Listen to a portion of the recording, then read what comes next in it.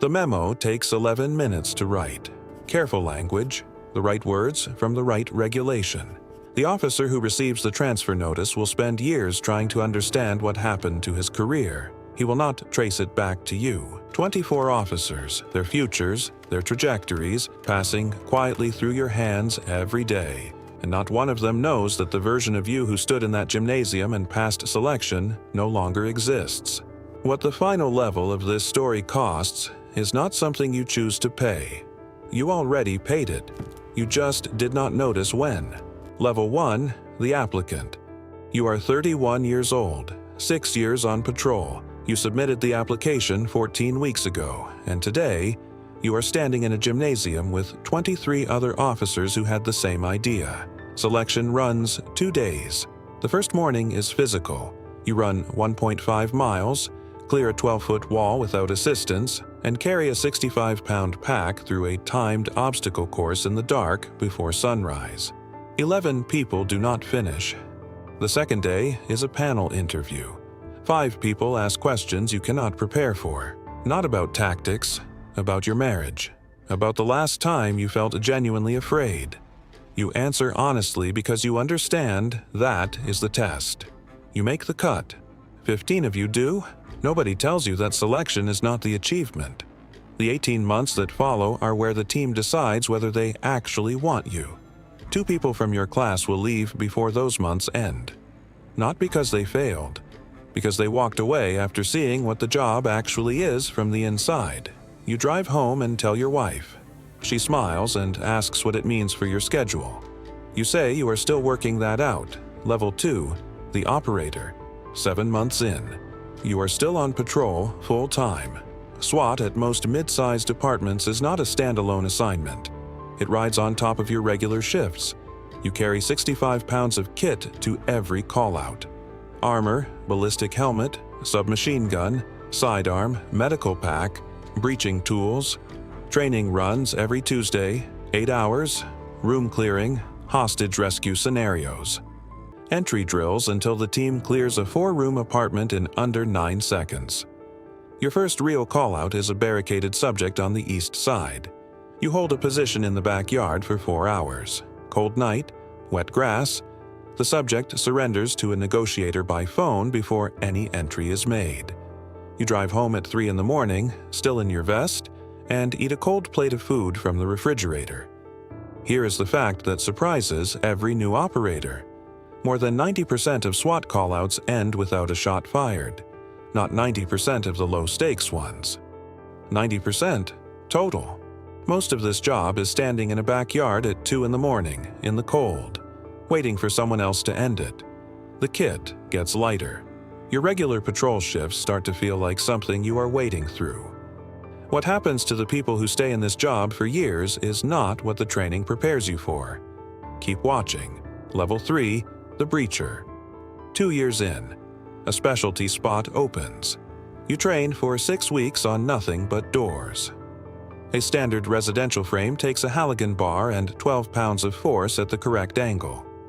A reinforced steel door with a barricade behind it needs something different, either a hydraulic ram, a shotgun, breaching round, or an explosive charge depending on what the intelligence says is standing on the other side.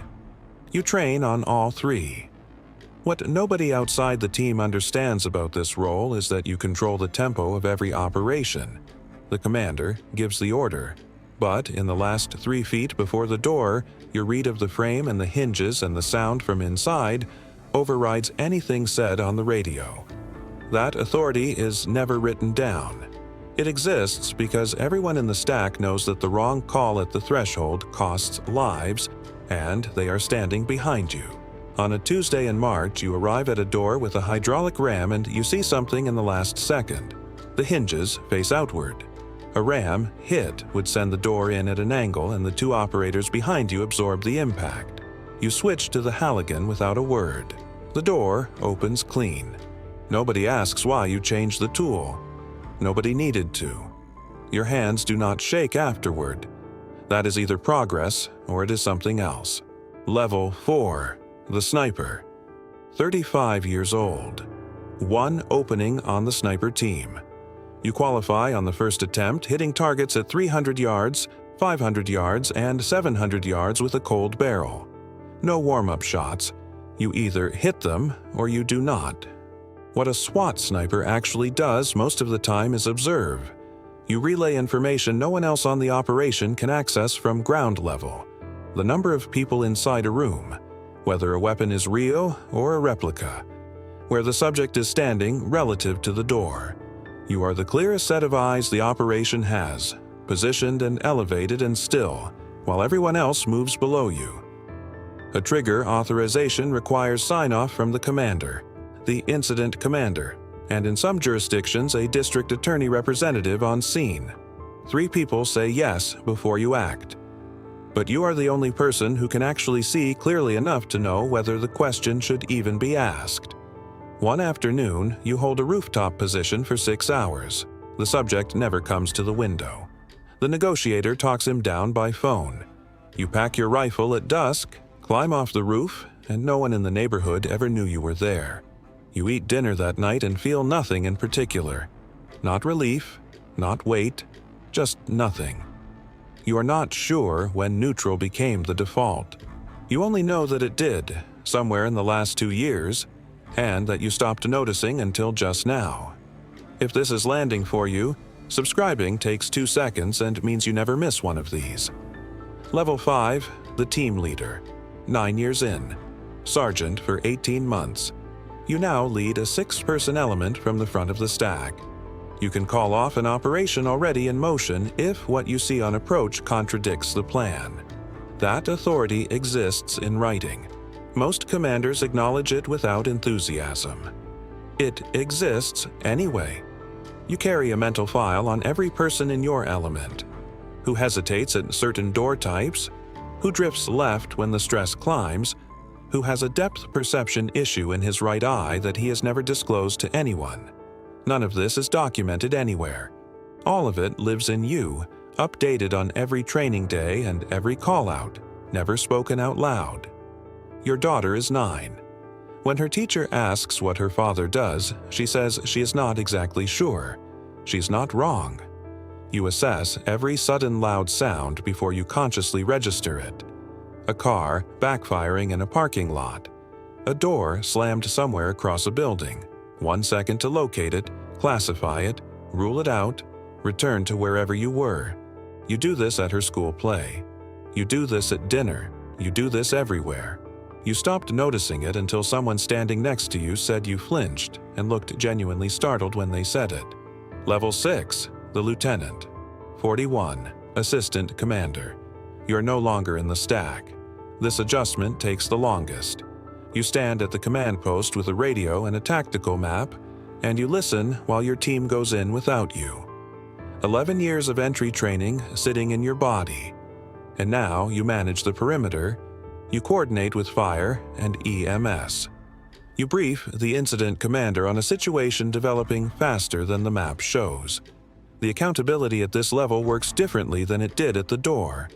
You built part of the plan now being executed in a building you cannot enter. If part of that plan was wrong, it will appear on page 7 of the after-action report. You will read that page at your desk, alone, and you will know exactly which decision in the planning meeting made it happen, and you will remember the coffee cup in your hand when you made it. Level 7, the commander. 44, you run the unit. 24 officers. You control their training schedules, their equipment requests, and, quietly, their trajectories inside the department.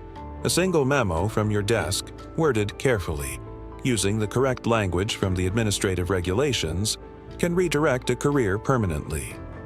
The officer receives a transfer notification with a reason that sounds procedural. They will spend years trying to understand what they did wrong. They will not trace it back to you.